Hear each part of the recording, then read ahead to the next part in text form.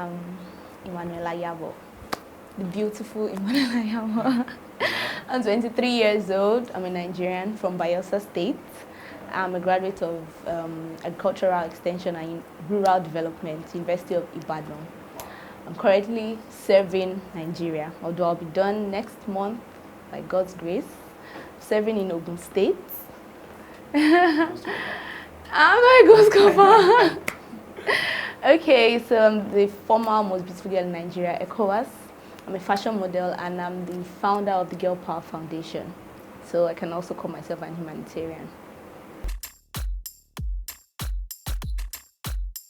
Currently, I'm serving, but that is just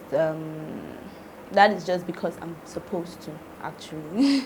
So what I do for myself, I model, and then I empower people, like through my foundation, Girl Power Foundation.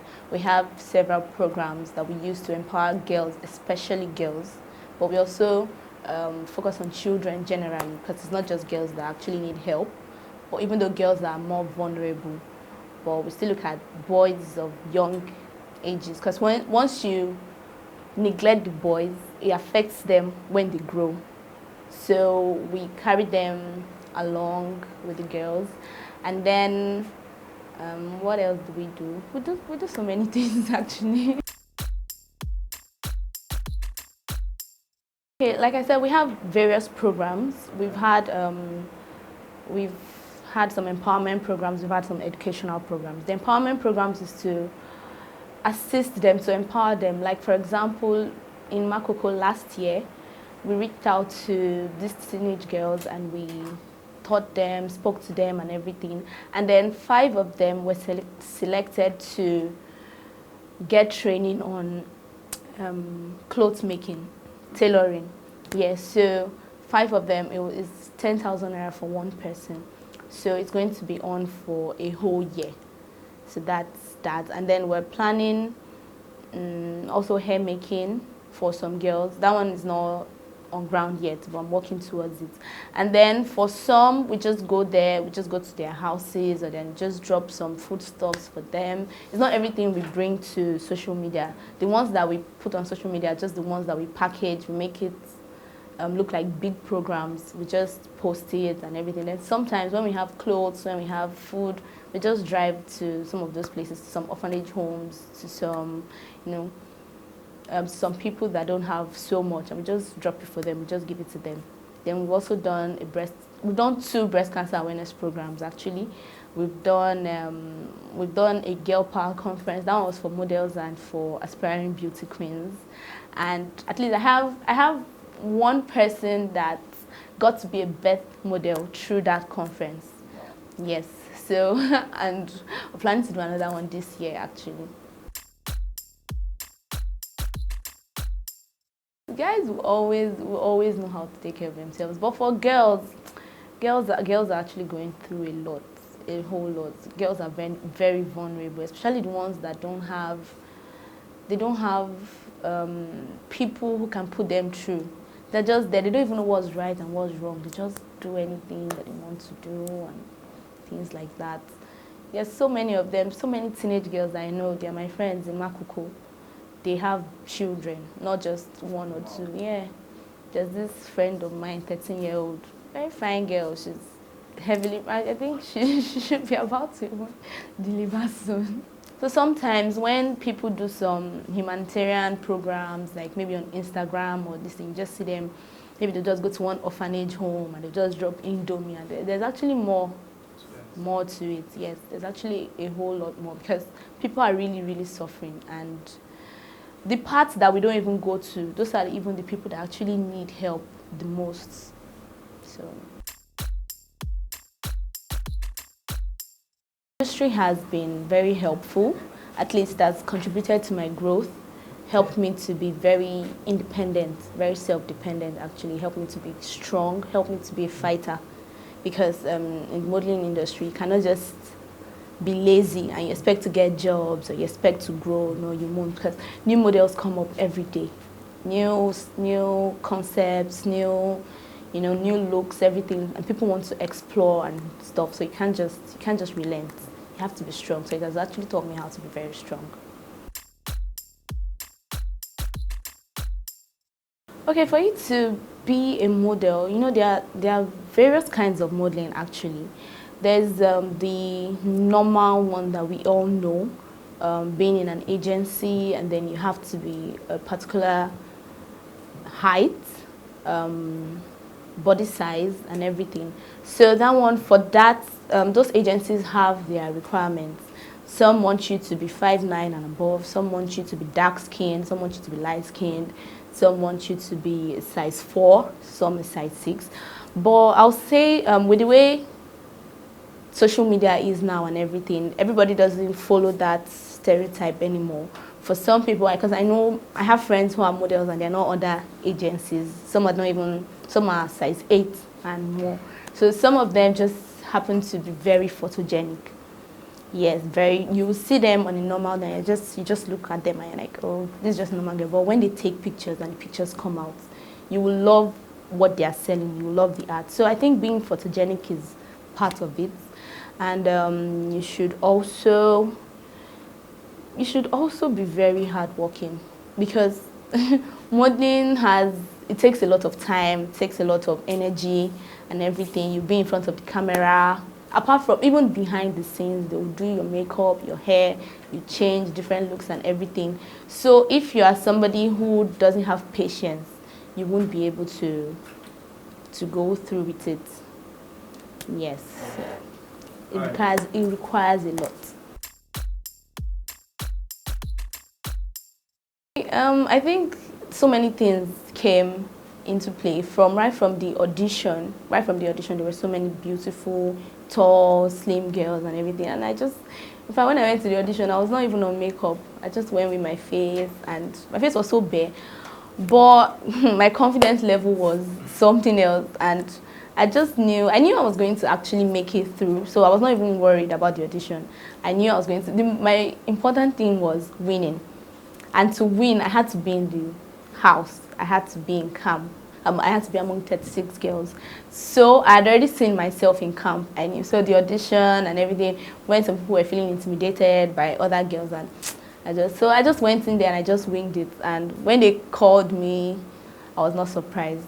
I knew I was going to be in camp. So when I got to camp, I now had to put in extra effort, because I was like the smallest in camp. Not only, it's just now that I'm getting bigger.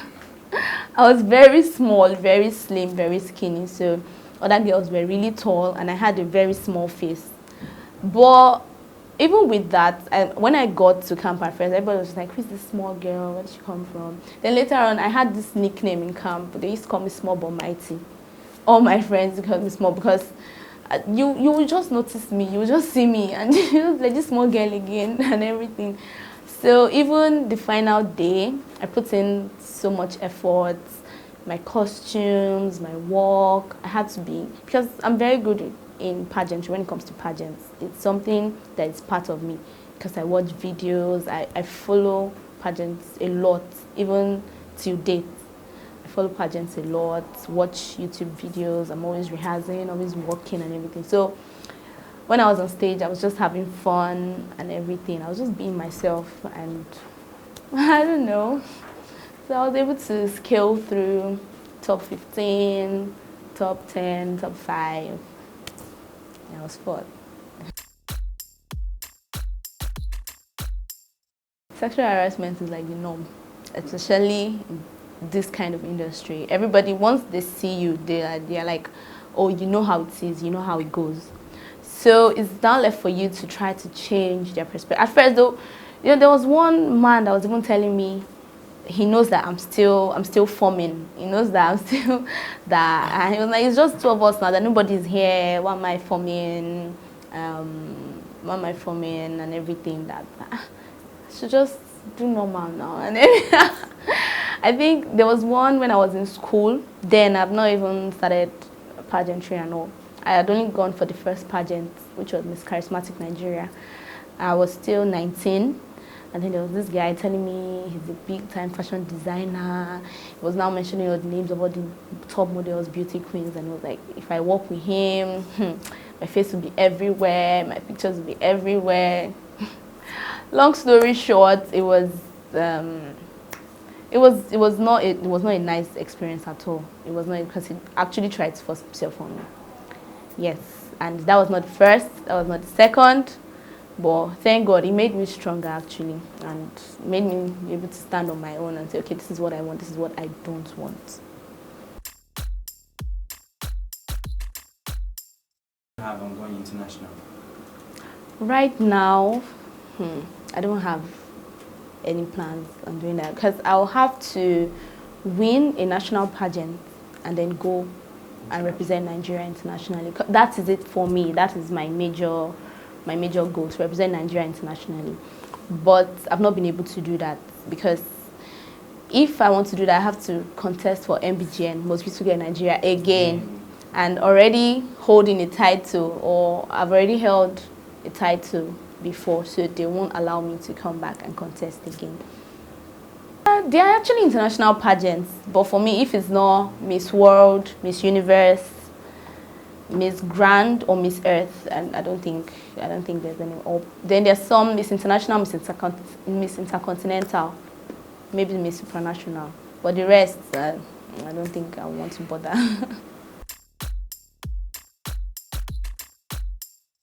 I want, first of all, I want a young and vibrant person. I'm not going to call anybody's name, but at least somebody that has, even if you don't have, how will I put it? I don't have, like, for example, there are presidents. I mean, look at the president of France. Look at, when you see them, you will even want to work with such a country. You want to partner with them. You want to, you know. But now come to Nigeria, our presidents are always different. God. So I actually want something different, trust me. Somebody that can address the public, that can go out, you can have a conference with presidents, and Nigerian presidents will be there and be speaking. Everyone will be like, yes, this man, yeah, something like that. That's actually what I want.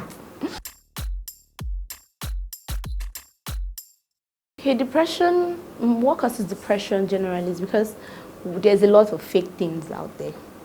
I mean, I see somebody and the person is my mate or younger than me. The person is doing so well. You're driving this car, you're living in this kind of house, and I'm like, Jesus, what is this life? All is vanity. This life is nothing. And so I think the fakeness out there actually. And then because of social media also, we don't have relationships anymore. We don't really have so much communication, so much personal relationship, because before we used to call, I remember I'm one that likes calling, or liked calling actually. I'll just take up my phone, go through my contact, call somebody else. But now that there's social media, if I just text you on WhatsApp, or so most people don't have close friends again, and you see some people when they're not online for like a month, do not be feeling it that nobody called to check on me, they do not start feeling bad, when actually not even everybody, like, if you're not on WhatsApp or you've not posted something on your status, people may not even notice, because everybody is busy. And like me, I have so many contacts. Is it your own? I'll start looking for to see that you've not posted in a long time. So once people don't see these things, they be like, nobody loves me, nobody did. So I think social media actually, yeah, it has actually caused a lot of people to be depressed. But then by the time you look beyond it and you know that, like, this Instagram now, they're just messing with people's followers. Today your followers will be plenty, tomorrow they remove 500, something like that. Once you just know that this Instagram can shut down anytime, and you need to have a life outside, you will know that there's no need for you to be depressed actually. Everything is just, you know.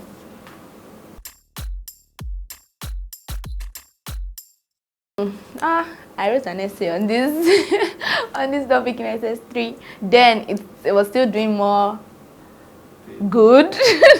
Now the harm is so much. The harm is so much, leading people into depression, making people, I mean, the crime rate these days, because people want to also impress on social media and everything. So I think the benefits are actually reducing. You know, social media was to make you meet with people, find jobs and everything easily, but now social media is just becoming something else.